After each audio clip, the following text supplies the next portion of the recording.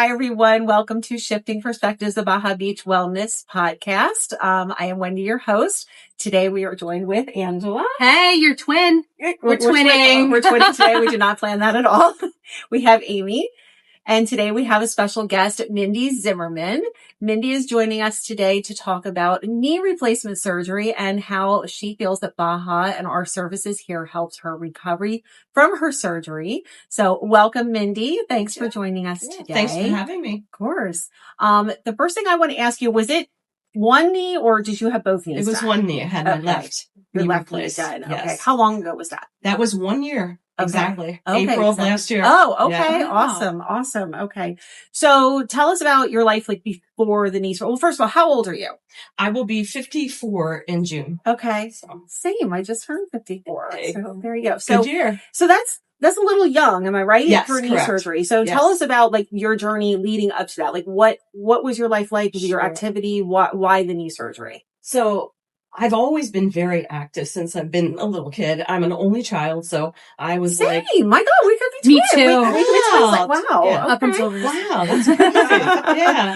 So growing up, I had to like entertain myself, play outside, and I was always into like sports and things like that. I didn't play a sport till I got into high school. I played basketball, and probably that didn't help knee issues and things like that. Although I do feel like, certain genetics play a part in it as well. Sure. And even like health issues, because I did have like off and on health issues, throughout my entire life. I've had like a lot of surgeries and things like that, but I was always active. And so I did not discover my issue till probably 2020. It was during COVID, actually.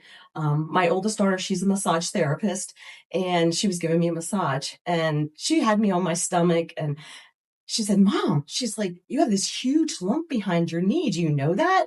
And I'm like, "No, I never realized there was this lump." And I thought, because she's the oldest child, maybe she's exaggerating, She said, "I'll take a picture." Because I don't know how many of you have children, but, I have three. So I have the typical oldest, middle, youngest child. And so she said, "I'm going to take a picture of it." So she did. And she showed it to me. I'm like, "Oh, my word, there's this huge lump behind my knee." And then I started like kind of freaking out inside because I'm like, is it like, you have all these things. What is it? Yeah. Start to Google it. Like exactly. Google Yeah. Yeah. Right. Yeah. Mm-hmm. And so the doctor's offices were closed because it was COVID. And so I had to wait. I think it was until August of that year to finally get in for an appointment with the ortho. And so when I went in, they ran x-rays and things like that. And he said to me, he's like, "The bottom line is you're going to need a knee replacement." He said, "You tore a meniscus at some point." And he said, "You have like all kinds of arthritis in there." And I was like, knee replacement? I'm like, and this was 6 years ago. And I'm like, oh my word. I'm like, I'm so young for a knee replacement. And he said, we really need to try to hold off as long as we can because knees only last so long. So I'd be looking at more knee replacements, And so I was like, okay, well, what can we do about it now? And he said, we can give you shots of cortisone. But he said that big lump behind your knee, he said, that's called a Baker's cyst and it's filled with fluid. So they had to drain that and they got so much fluid out of that. I could not believe how much something like that could hold.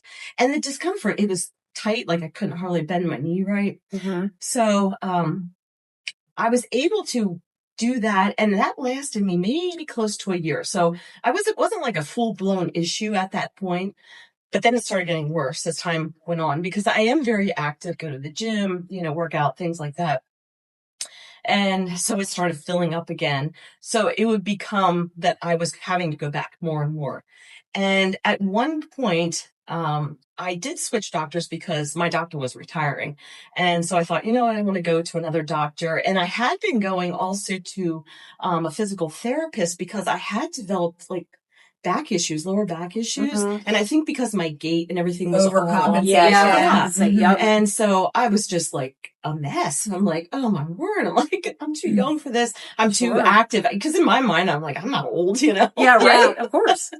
So, so my physical therapist at the time, she recommended a local doctor, here in Wyomissing. And she said they're younger doctors. And so I went and, they basically did tell me the exact same thing. I'm going to need a knee replacement and, shots of cortisone, keep draining it. But it became more and more frequent that I had to have this done. And I'm kind of like, very conscious about what I'm doing to my body. Like, I'm like, is this good to keep getting these shots and things like that? Yeah. And so I kept replaying that back in my mind, but I didn't really have a choice. If I wanted to be normal and walk around and be active, I had to do what I had to do. Yeah.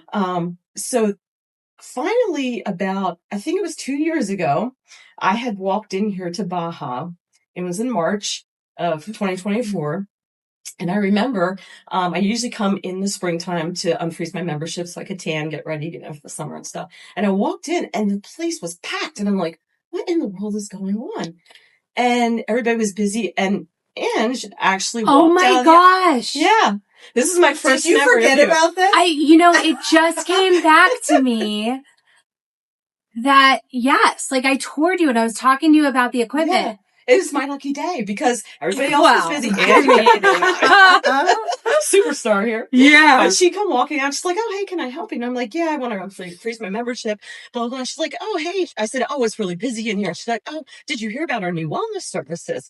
And I'm like, you know what? I said, I've been driving around Burst County. I see these billboards for cryotherapy. And actually, back in 2020, I was going to a place in Lancaster and I had started doing cryotherapy and red light therapy and I loved it. And I felt like it was really helping me with things, but the distance to drive, I just couldn't do it, faithfully because I feel like you need to do it at least 3 times a week. That's my goal that I do, right now.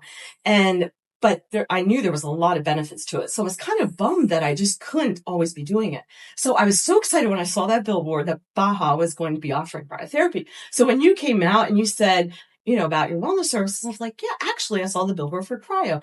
She's like, let me take you around. And so she did. Right. We went around, we went through the cryo, the red light, the sauna pods. I love them. That's my favorite too. Yeah. They're awesome. Yeah. You just for 30 minutes, you can nobody is bothering you. You're just there at peace.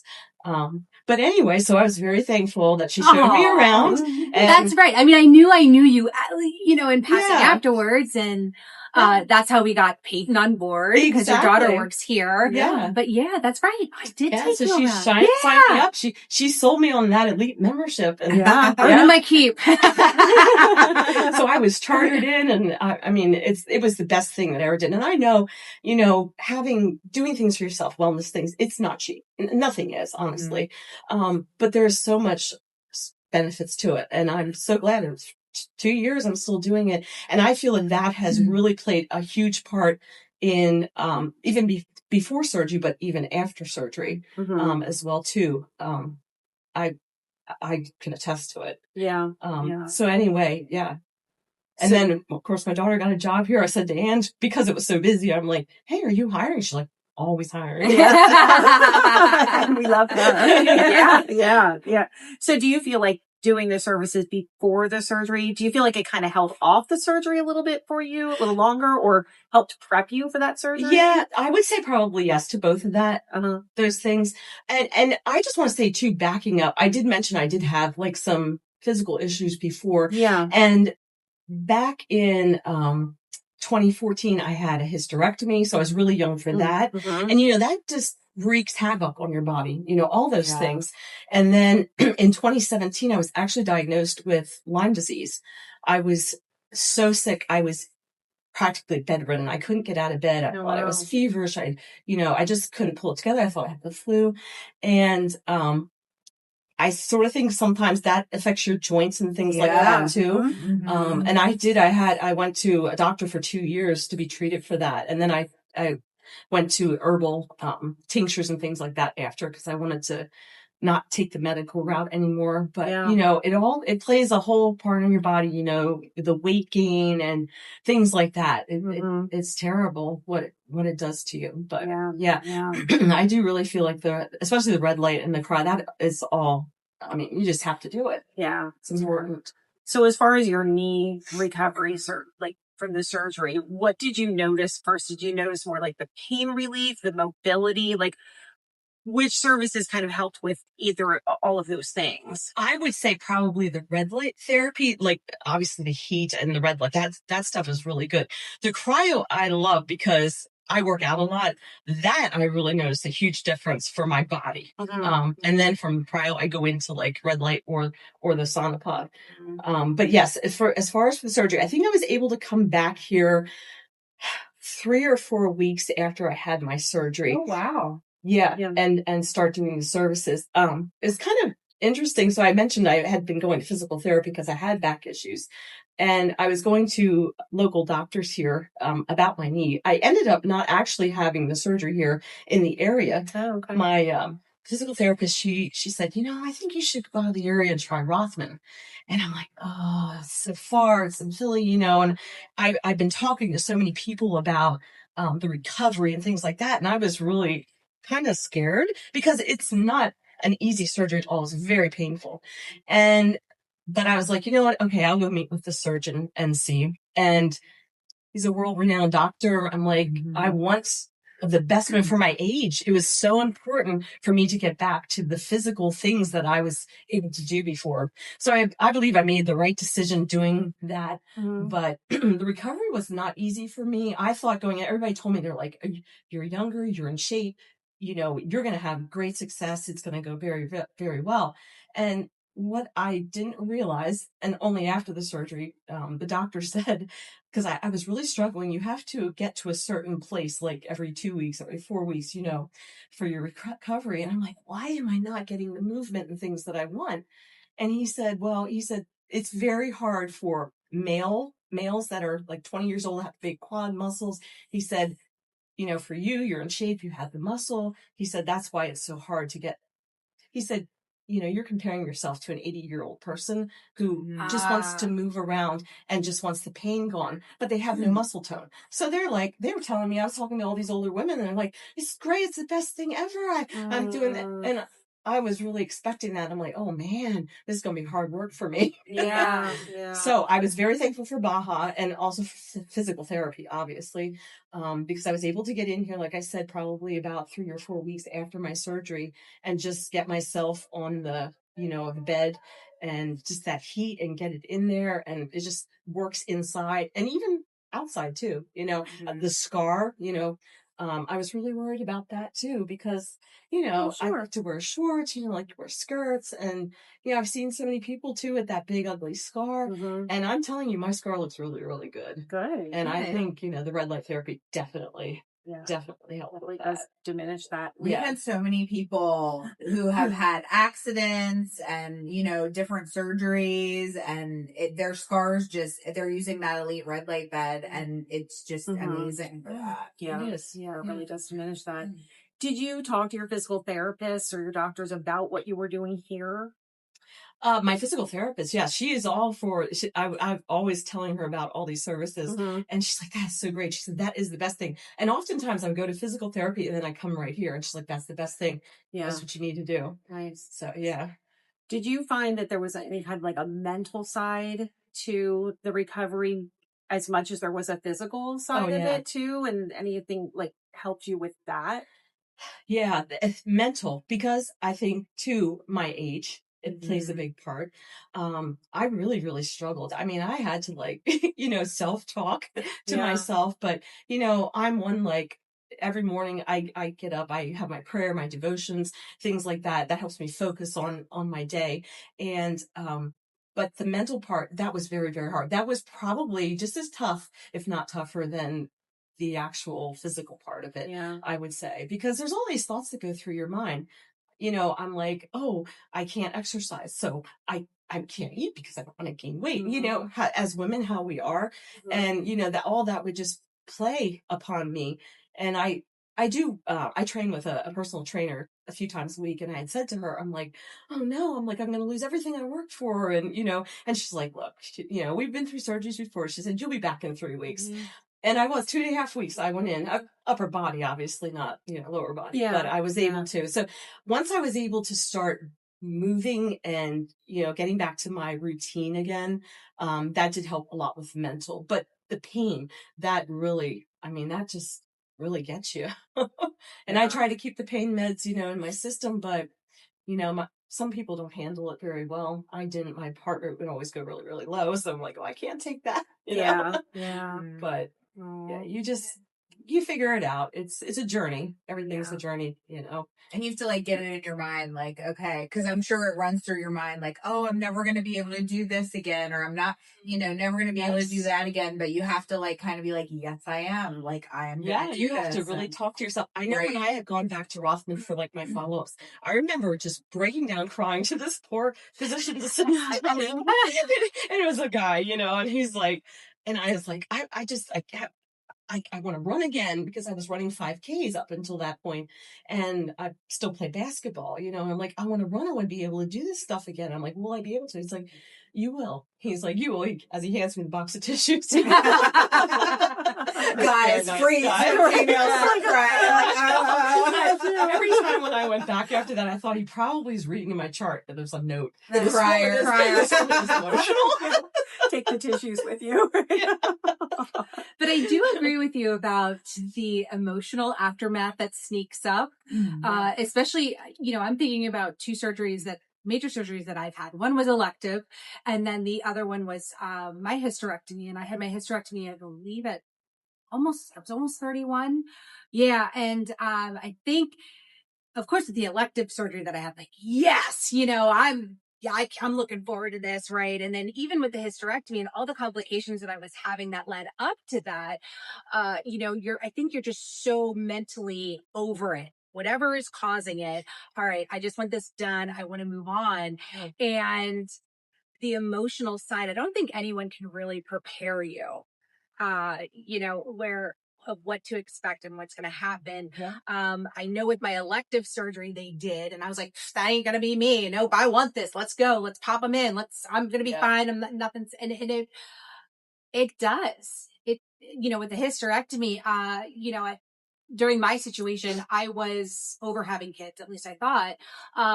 But as time went on, I'm like, well, maybe I wasn't done having children. Or, even the effects of the anesthesia. I don't know about you, but I find the older, and I've had surgery on my, with my teeth and stuff and whatnot, but I find the older I get, the more challenging it is recovering from anesthesia. And that anesthesia can sometimes fuck with your mind as well. You. Yep. Yeah. They would always put it in my chart because I'd be like, I do not handle anesthesia very well. I get nauseous. Please give me this.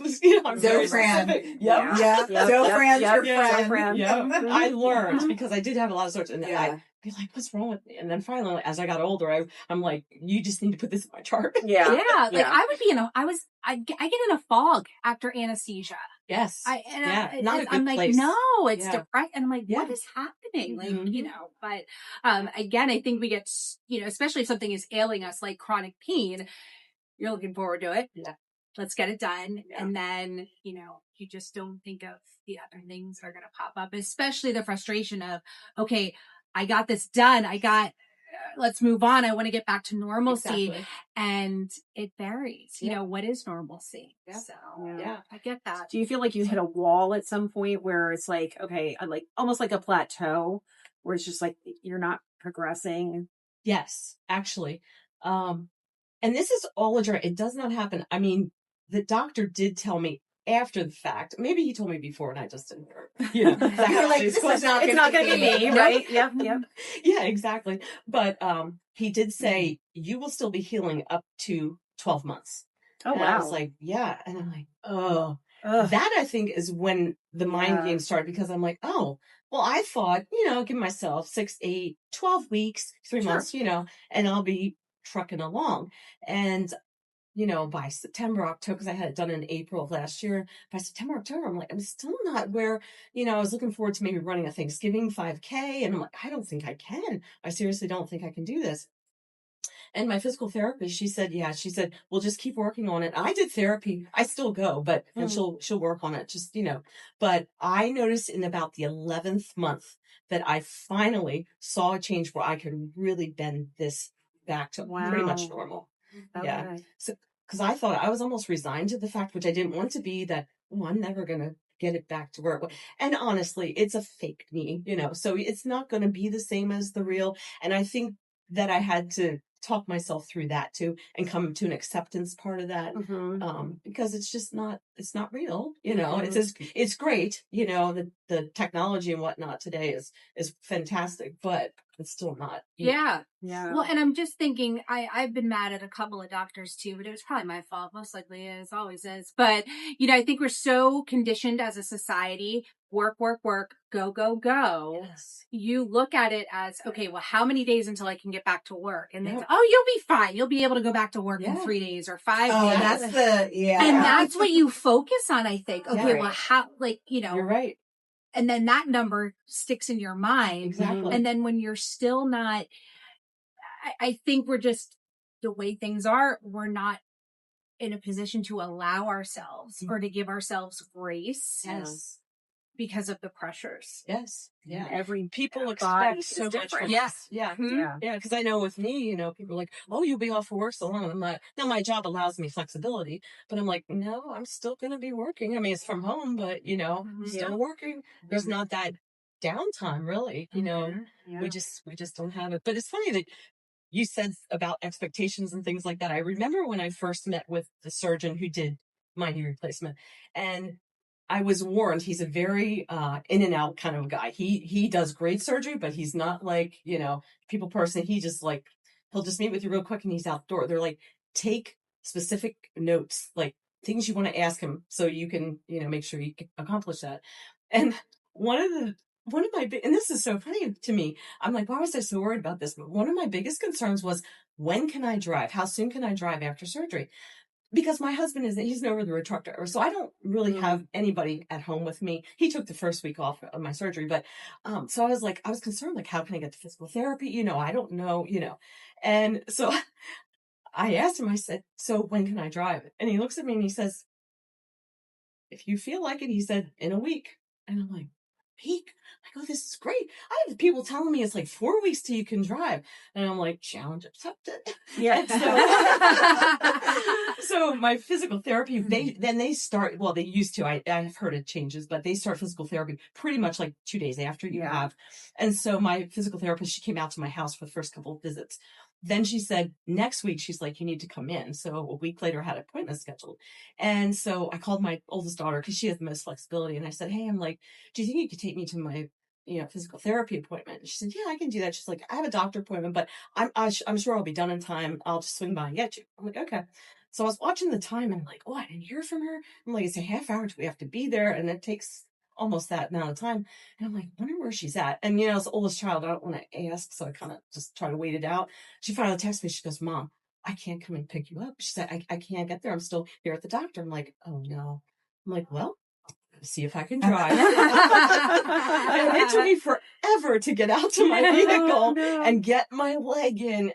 Who would have thought, this special little tool they give you to lift up your leg in, but it was so uncomfortable and it was kind of painful, but I made it and that was it. I drove after that. You did it. So you just adapt, right? Exactly. I remember I had a broken foot and I had one of those boots and they were like, you can't drive. And I'm like, watch me. Let me take my chauffeur. Right? You know what I mean? So I figured out how to make it work. It's like you just adapt because you need that. Exactly. Which I think you're kind of getting at. Like, it really kind of sucks that we feel that we can't take any downtime, but with today's society, that's kind of just how it is. Fast-paced. Yeah. I had an injury, oh my goodness, probably back in 2015, on my thumb and in my wrist. And at that time I had a 2 and a 4-year-old. And they wanted to operate and I was going to be in a cast for 6 weeks. I said, I can't do that. Yeah. Well, that's your choice. However, you will experience it sneak up on you throughout your life. And it has. But at that point, I'm like, there's no way. I'm a single mom. I got a 2 and a 4-year-old. I need to be able to cook, bathe them, go to work, make money. Like there's no way I can do this. Yeah. I'm sure I could have, found a way, but I don't like to ask for help, but because if we ask for help, those people too have an agenda. Exactly. And are under pressure. Right. So, yeah. I know. Yeah, because I was a single mom for years too. And it's like, we just, and it all comes back to when I think of Baja, I think of it as self-care. And so many people are like, oh, I don't have time for that.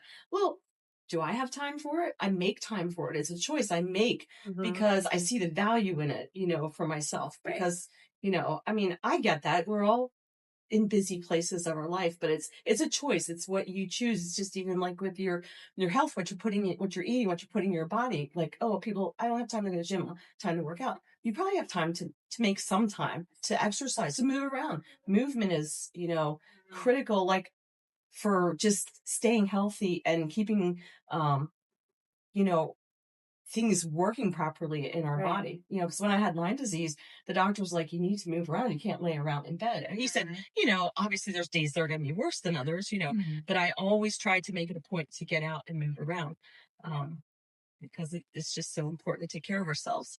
And it doesn't have to be expensive things either, there's just, But if you think about all the things that, we do tend to invest in, investing in yourself is a lot more important than some of the things that we do tend to invest in and spend on. Yeah, and whether it's time or money, whatever you're talking about, Right. if you don't invest in it now, you're going to pay for it later. Right. So either Ooh, way, that's a good one. That's very good. yeah, I'm glad you said that because I do think that way. Because when you're in your 20s, there's nobody here that's maybe in their 20s. I don't know, but everybody looks so young. But when you're in your 20s, your body can just bounce back quicker. Yeah, because I had two of my daughters in my 20s, and I didn't have a very healthy lifestyle at that point. I was in a bad relationship, bad marriage, and things take its toll. You don't realize it. You put on that extra weight, you can't lose the weight, you're stressed out, you're trying to work, like do it all, and then you hit the 30s and you're like, oof, I see a difference. I can't, it's not as easy, to take off the weight or, whatnot. And then you have a surprise pregnancy in your 30s. That's not a surprise ever. She was born on my birthday. She's the gift that keeps on taking. Taking. But I love her. She's great. But and every decade, not generation, every decade, I've noticed it is harder and harder. You're like, well, that used to work and now it doesn't work anymore, Yeah. And the bottom line though is, as far as eating, and I know people say, oh, I can't afford to eat healthy. And it's like, but you're putting your money at junk food, all that other stuff, if you cut that out, you probably can afford, to eat healthier.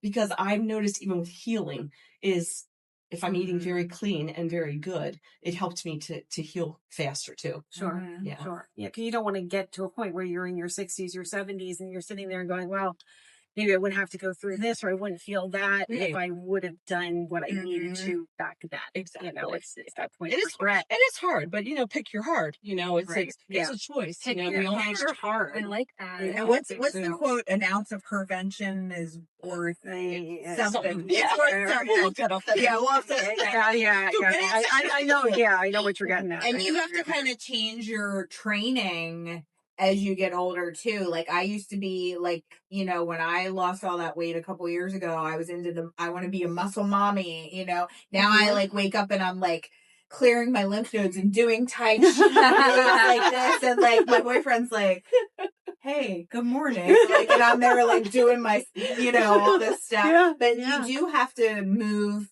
as you get older towards more of a mobility, like maintaining your mobility and doing strength training. Strength training that's going to help you like sit up, grab some kettlebells and, do a stand, do a sit, because that's what you're going to have trouble with as you get older. Yeah. So it's more like functional training. Yeah. Mm-hmm. Yeah.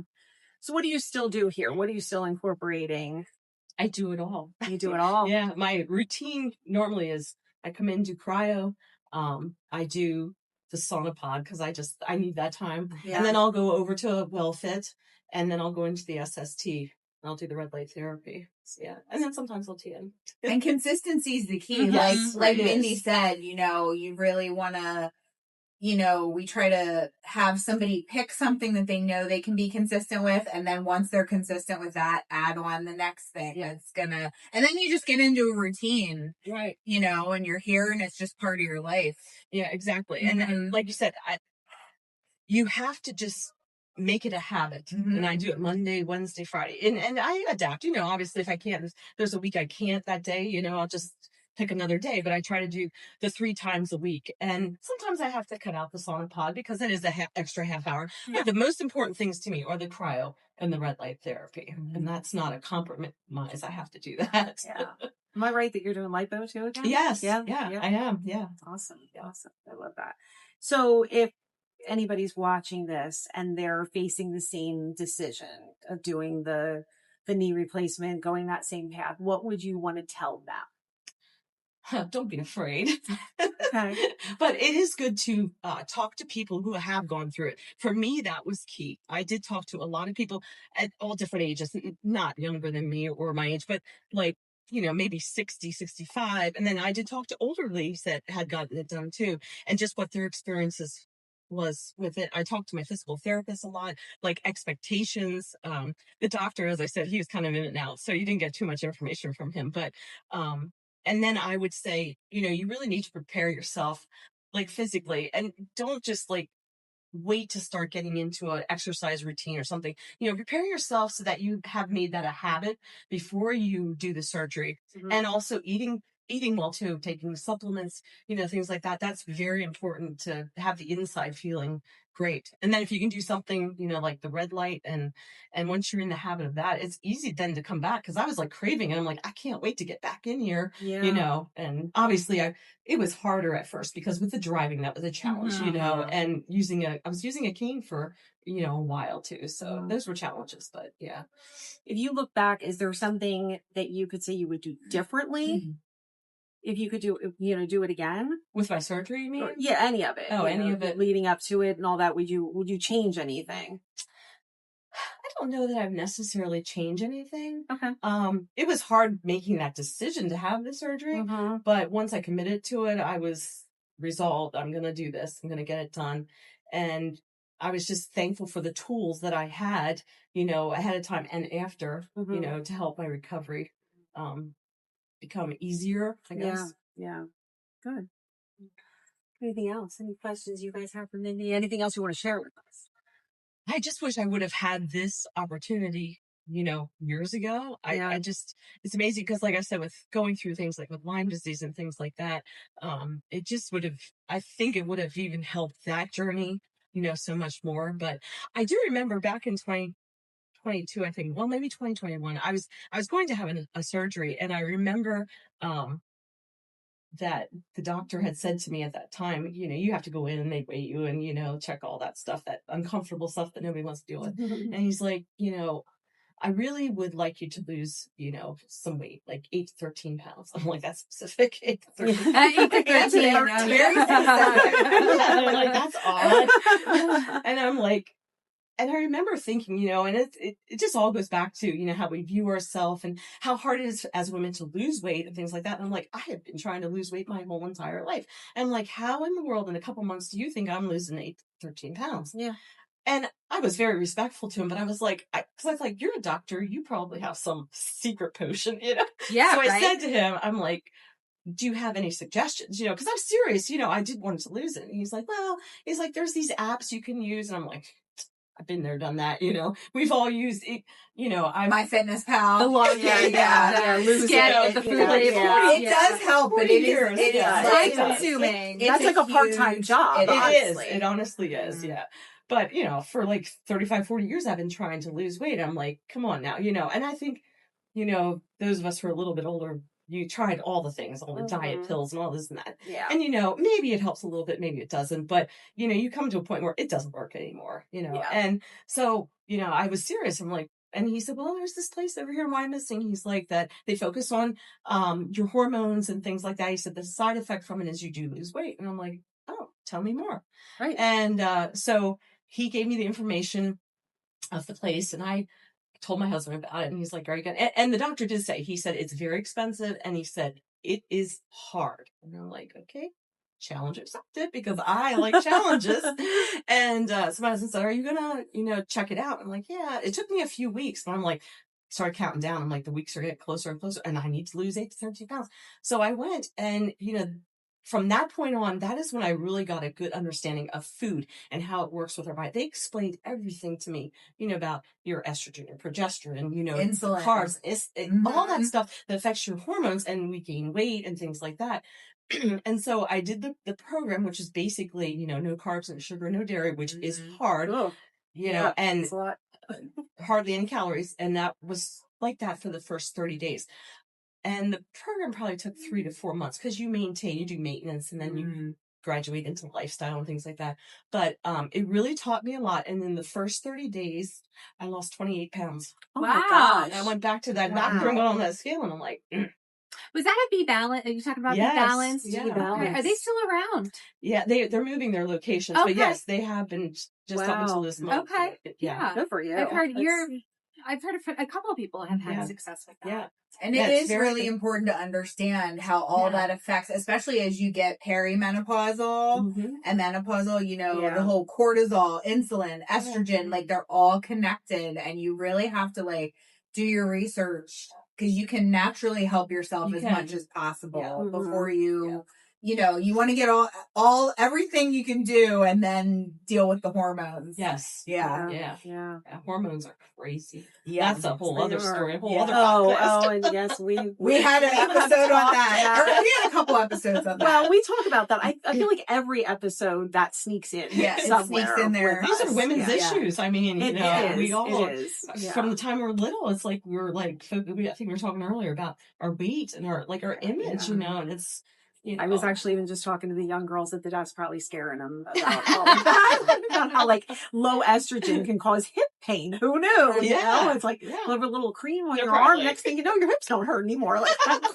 It's amazing. I sent Wendy a meme the other night. It was this girl in an army uniform with an M16, and they were like, if they want to bring the draft back, just recruit all the perimenopausal women in this country. We're angry and we hate everybody. It was great. She was like, so funny. Too funny. Oh my word. Yeah. Hey, anything else from Mindy? No, I'm good. You said a lot. Right. Yeah, I think it was great. I love it. Yeah. That was great. I had a list of questions, but you nailed all of them. I know.